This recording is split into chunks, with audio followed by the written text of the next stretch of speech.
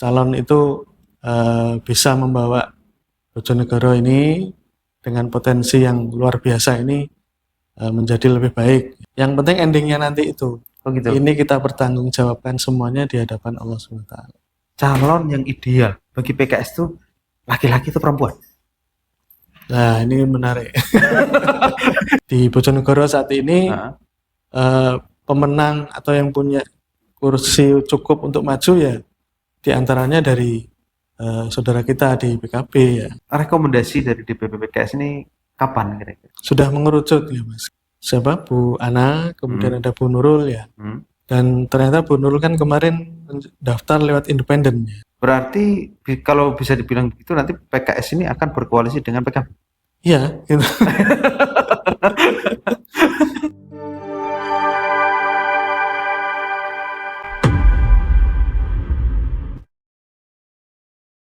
Assalamualaikum warahmatullahi wabarakatuh, sahabat Jawa Pos Radar Bojonegoro. Jumpa lagi di podcastnya Jawa Pos Radar Bojonegoro.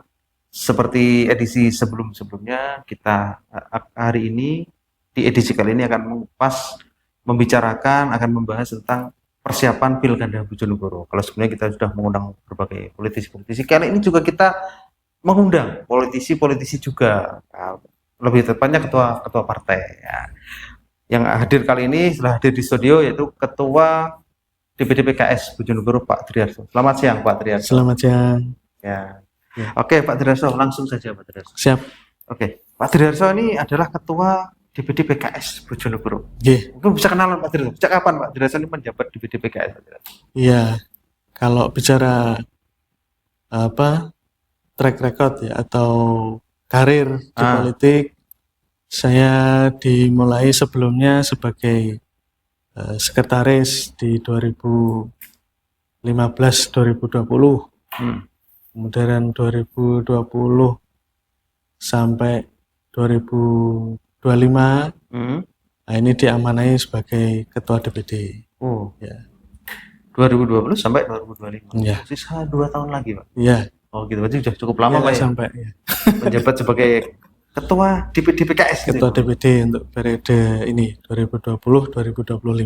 Oke, Pak Triarso, PKS ini di DPRD ada berapa kursi Pak? Untuk yang saat ini, periode yang saat ini, bukan yang akan datang. Untuk capaian 2024 kemarin, kita masih bertahan bahasanya di 2 kursi. Di 2 kursi. Kalau yang 2019? 2019 2 kursi. Dan untuk 2024 ini kita ada newcomer pendatang baru. Yang pendatang namanya? Iya, tereliminasi semua. Tidak mampu mengikuti ya dinamika. Sehingga kita mendapatkan caleg terpilih yang baru. Dan ini menjadi pembicaraan di masyarakat. Iya. Fenomenal kayaknya Pak ya. Dua PKS itu ya. Dari bahasanya PKS itu Partai Keluarga Sejahtera. Oh gitu ya. Karena yang jadi ini Pak Muhadi dan Ibu Siti Robiah ini istrinya. Latar belakangnya mereka pengusaha Pak? Latar belakangnya pengusaha. Oh, pengusaha bos buah gitu Pak? Pengusaha laskar buah ya. Laskar buah. Jadi owner dari laskar buah di beberapa daerah. Nah, itu dua pasutri itu yang sekarang menjadi menjadi PKS yang ada di DPRD nantinya Pak. Kami di parlemen di Bojonegoro. Oh gitu. Oke, menarik sekali Pak. Kapan-kapan kita ingin mengundang beliau-beliau itu untuk wawancara di sini Pak. Nah, kan gitu. Oke, Pak Pak Triarso. Persiapan PKS ini apa aja Pak untuk menghadapi pemilihan Bupati 2024 November mendatang? Apa aja persiapannya? Sudah kami sampaikan juga di beberapa media kemarin apa yang PKS lakukan menghadapi pilkada ini. Yang pertama dari internal kita sudah melakukan pembentukan tim komunikasi. Jadi tim ini berkomunikasi kepada semua calon yang muncul. Oh gitu. Ya tandanya ya seperti jenengan sampai tadi ada gambar-gambar yang banyak itu di jalan di mana gitu. Bahkan ada ini kendaraan umum juga ada. Itu mengindikasikan ini yang mau momennya mau pilihan kan, makanya perlu kita komunikasi, ditanya begitu. Oh gitu. Jadi kita bentuk tim komunikasi, kemudian kita lakukan penjaringan. Oh gitu. Nah, tahapan penjaringan ini ada tiga jalur ya. Kita ada jalur struktur, yaitu ketua DPC yang kita mintai aspirasi atau pandangannya. Kemudian dari jalur anggota atau kader PKS ya kita mintai pandangannya. Dan ini yang baru adalah caleg terpilih yang kita juga mintai pandangannya, karena bagaimanapun nanti legislatif ini akan bekerjasama dengan pihak eksekutif, sehingga kinerja ataupun kenyamanannya juga menjadi penting bagi kita untuk kedepannya begitu. Sehingga setelah terjadi penjaringan secara internal, kemudian hasil komunikasi dengan tokoh ataupun bakal calon yang muncul itu kita dapatkan, kita susun dalam sebuah matriks ya, atau bahasanya mungkin apa ya, Survei? bukan, jadi seperti daftar begitulah, antara kelebihan kekurangan segala macam itu kita tampilkan. Ini kita laporkan ke DPW. DPW kemudian akan dibawa ke DPP. Oh gitu. Dan tahapan itu sudah berjalan. Sudah muncul? Sudah turun? Sudah sampai ke DPW maksudnya. Oh gitu. Tinggal kita menunggu hasilnya bagaimana komunikasi DPW dengan DPP. Begitu. Oke, Pak Triharso, kok penjaringan yang dilakukan PKS ini internal? Kok tidak terbuka aja? Oh ayo siapa yang mau daftar? Kayak partai-partai yang lain kan, ayo siapa yang mau daftar di PKS? Iya. Gitu. Sudah menjadi apa ya? Kebiasaan mungkin ya dari PKS bahwa tidak membuka pendaftaran kepada semua kepada secara umum ya. Karena kita ingin apa ya, proses itu berjalan natural begitu kalau bisa dibilang ya.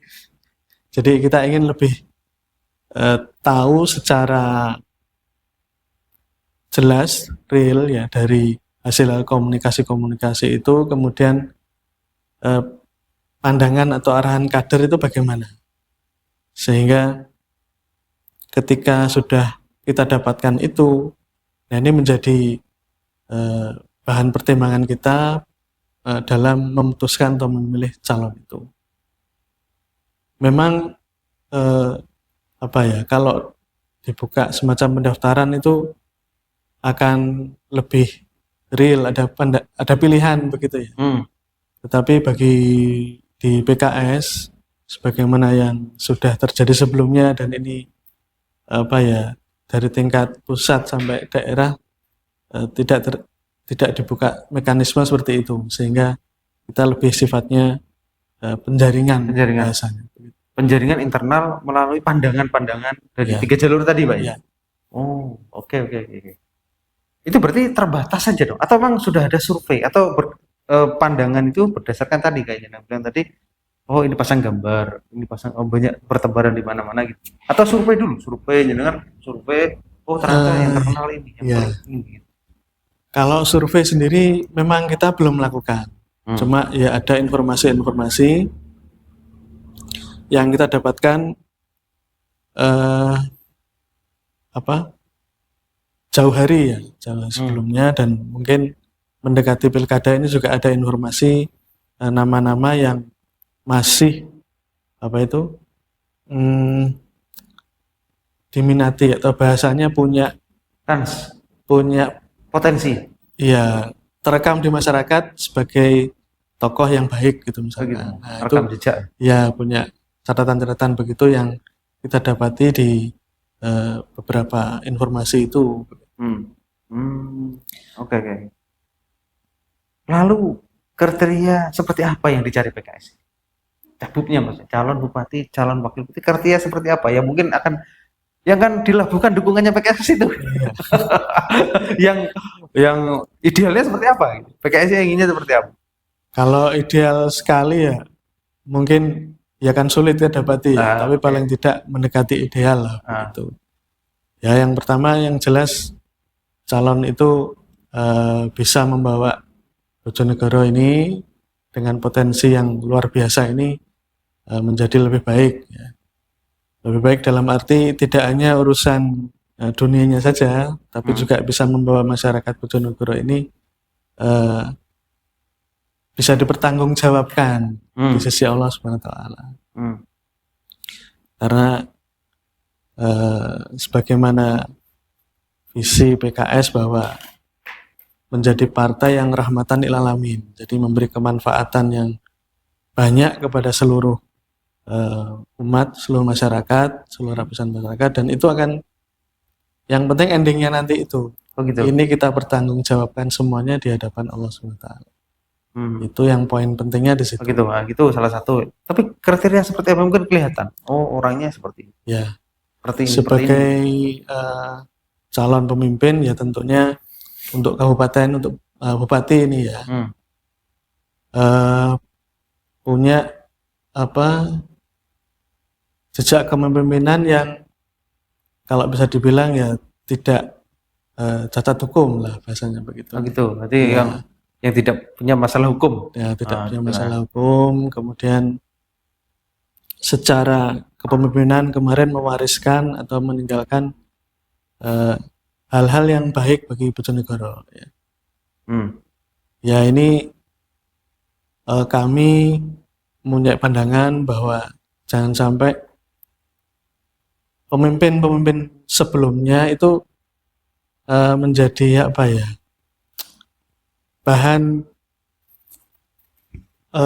kampanye yang kurang baik begitulah. Jadi membanding-bandingkan. Oh gitu. Meskipun itu realitanya terjadi ya di lapangan, dan itu ya tidak salah sebenarnya. Cuma harapan kita bahwa masing-masing pemimpin itu menghadapi tantangan yang berbeda. Zamannya kan juga berbeda, sumber dayanya juga berbeda, sehingga kita lebih objektif dalam menilai. Bahasanya begitu. Oke, PKS ini partai yang berlandaskan Islam gitu Islam, ya. Islam. Oke. Ini agak sensitif pertanyaannya, Pak. Menurut PKS atau mungkin ada di akhirnya calon yang ideal bagi PKS itu laki-laki atau perempuan? Nah, ini menarik. Soalnya ini kadang di pemilu itu nggak melihat itu, yang dilihat itu siapa yang menang kan gitu. Tapi kalau menurut PKS yang berlandaskan Islam, kembali ke ide tadi, kalau ar-rijalu qawwamun 'alan nisa ya. Jadi pemimpin itu ya sebaiknya ar-rijal ya. Nah, penafsiran ar-rijal ini bisa juga ke jenis kelamin. Oh gitu.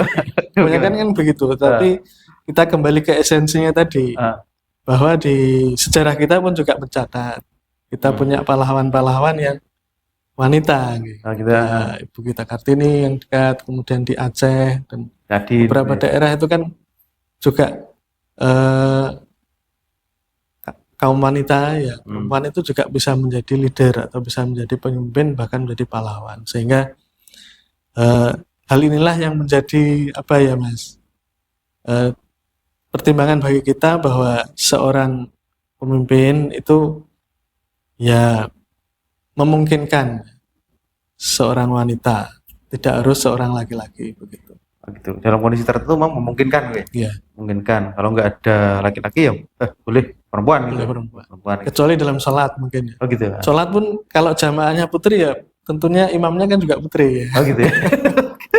Oke. Ya menarik ini, Mas. Oke, tapi idealnya ya memang pilihannya juga yang muncul ini kan, dan yang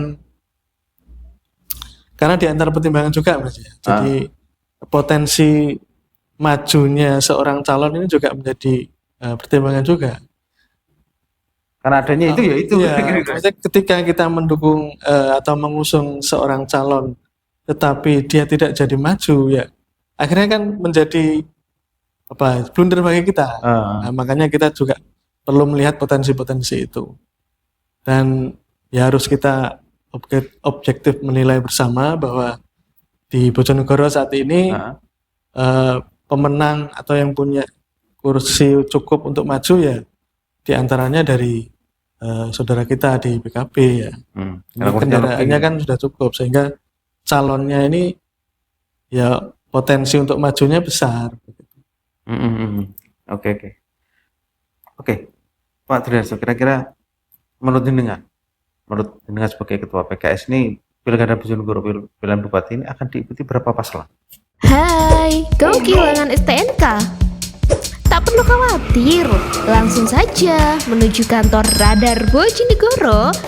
Nah, sampaikan ke petugas jika ingin pasang iklan STNK hilang. Biaya pasang iklan STNK hilang cuma Rp68.000 saja. Nah, kalau melihat kontestasi atau konstelasi politik yang ada sekarang ini, tadi kita sebagai partai politik kan melihatnya syarat untuk maju dulu ya. Kendaraannya cukup, kemudian secara infrastruktur yang lain memadai.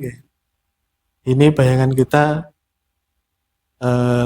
kemungkinan ya ada 2 atau 3 paslon mungkin ya. Bayangan kita. Bisa 2, bisa 3. Bisa 3. Oh gitu. Oke. Kira-kira berpeluang yang mana Pak kira-kira? Kalau menurut PKS ini enak yang mana? Semakin banyak paslon atau semakin sedikit paslon? Kalau dalam sebuah kompetisi kita tentunya inginnya ya sedikit ya Gitu. kompetitornya ya. Karena agar cara potensi lebih menangnya lebih besar. Karena sudah kelihatan mengarah ke sini. Ya. Kemudian di samping itu juga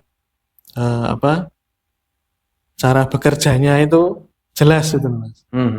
Jadi kita tidak pilihannya antara A dan B atau bagaimana gitu. Sehingga mesin kita di bawah juga tidak terpecah ke sana kemari ya. Sehingga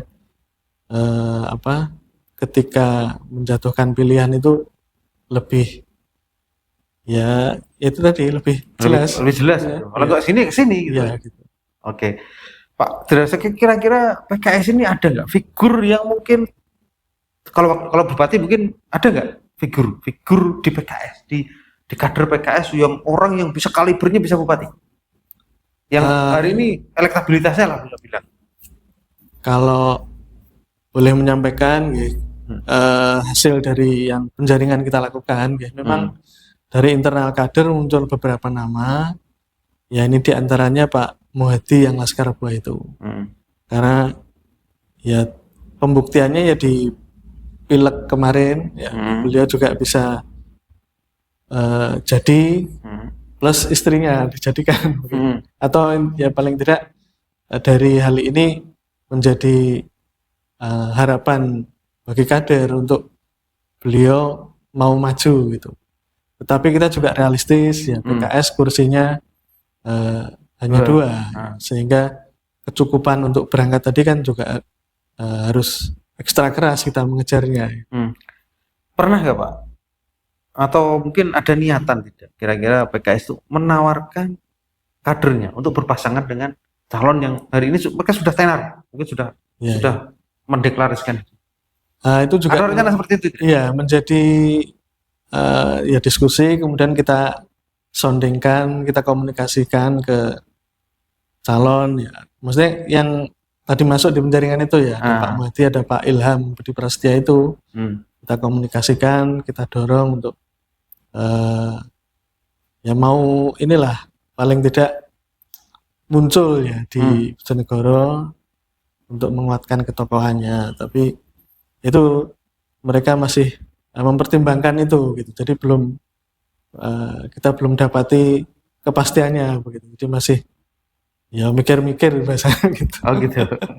Ya. Oke. Kira-kira Pak Tridarso, ini rekomendasi dari DPP PKS ini kapan kira-kira? Mungkin akan turun nama calon yang bakal diusung atau didukung oleh PKS. Kemarin sudah kita usulkan ke wilayah dan ke pusat, itu memang sudah mengerucut ya Mas, karena ya ini ada siapa, Bu Ana, kemudian ada Bu Nurul ya. Dan ternyata Bu Nurul kan kemarin daftar lewat independen ya, independen, sehingga pilihannya tinggal ke Bu Ana saja gitu. Begitu. Apa nanti akan berlaku ke situ PKS ini? Ya makanya ini kan masih ada waktu gitu. Kita bisa melihat dinamikanya bagaimana. Tapi secara real, secara tertulisnya begitu usulan kita ya tinggal Bu Ana itu yang secara parpol ya untuk bisa maju. Oke. Berarti kalau bisa dibilang begitu nanti PKS ini akan berkoalisi dengan PKB. Iya, gitu. Karena ya pilihannya begitu ya. Oh gitu. Kita harus ya realistis juga ya. Oh gitu. Kondisinya saat ini, apalagi secara nasional kemarin kita juga sudah jadi satu barisan gitu, di Anies Mohaimin Pak. Ya, dengan PKB, dengan Nasdem, sehingga ya ini juga menjadi ya isu nasional juga sebenarnya, khususnya di Jawa Timur ini ya, bagaimana PKS bisa bekerja sama lagi dengan PKB yang notabene Jawa Timur ini ya identik dengan hijau itu, makanya gitu. Ini sebuah hal yang ya positif menurut kami, bisa bergotong royong dengan PKB. Mungkin Kak, politik itu kan katanya sangat dinamis gitu. Ada perubahan-perubahan di detik-detik terakhir gitu. Masih mungkinkah itu akan ada perubahan? Mungkin calon yang digemborkan ternyata ada muncul calon yang lain. Kan hari ini sudah masih mungkin kemungkinan ada dua Pak ya, ada Bu Ana sama Bu Nurul Azizah itu ya, mungkin yang PKS lihatnya mungkin ada nggak poros yang lain mungkin gitu. Kalau kemungkinan poros mungkin ada ya, cuma sikap PKS ini sekali lagi ya, ketika sudah keputusan dari pusat itu sudah turun ya kita akan tetap pada komitmen itu. Komitmen. Kalau sudah turun ke nama ini ya ini ya. Begitu ya. Oke. Berarti PKS ini sudah berlabuhnya mungkin sudah bisa dilihat seperti apa gitu Pak. Ya kebanyakan memandangnya begitu nggih. Meskipun kita juga belum tahu juga bagaimana nanti hasil dari DPP, apakah DPP juga punya calon sendiri kan juga memungkinkan ya. Nah makanya ini bahasa kita itu tadi, kita menunggu hasil dari keputusan pusat begitu. Selain Bu Ana atau Bu Sekda itu mungkin yang masuk radarnya PKS itu ada nggak orang lain yang mendekati PKS yang ingin berharap dapat rekomendasi? Komunikasi tadi kita lakukan dengan calon. Sempat kita komunikasi juga dengan Pak Edi Sampurno. Ya, yang Kades itu ya? Iya, Kades Sampurno juga. Kita ada komunikasi juga, Mas. Tetapi kemudian ternyata hasil komunikasinya kurang positif ya. Artinya peluang beliau untuk maju juga kita belum dapat kepastiannya, sehingga ya itu hanya sebatas komunikasi saja. Gitu. Berarti belum ada kepastian yang bisa meyakinkan PKS untuk bisa mengusulkan beliau gitu. Maju. Oh gitu. Berarti sejauh ini masih itu aja. PKS masih optimis ke Bu Ana Mawanah itu aja. Itu satu nama itu aja mungkin. Ya sesuai usulan yang kita sampaikan begitu. Gitu. Oke. Oke Pak Triharso, terima kasih banyak waktunya sudah disempatkan mampir ke studionya podcast Radar Bojonegoro. Nanti kita akan sambung di edisi selanjutnya Pak Triharso. Ketika rekomendasi PKS sudah turun secara resmi gitu, siapa nama yang akan diusung, siapa nama bupati dan wakil bupatinya. Itu nanti nggak lama Pak Triharso. Iya, mudah-mudahan. Karena waktunya ini kan juga sudah semakin mepet ya. Mei, Juni, Juli, Agustus ya sudah pendaftaran. Dan November harus bertarung. Oke, terima kasih banyak Pak Triharso sudah menyempatkan mampir di Radar Bojonegoro. Demikian teman-teman Radar Bojonegoro, perbincangan kita dengan Pak Triharso, Ketua DPD PKS Bojonegoro. Semoga apa yang kita bicarakan, apa yang kita bahas itu membawa inspirasi, informasi yang bermanfaat bagi kita semua. Demikian, Assalamualaikum warahmatullahi wabarakatuh. Waalaikumsalam.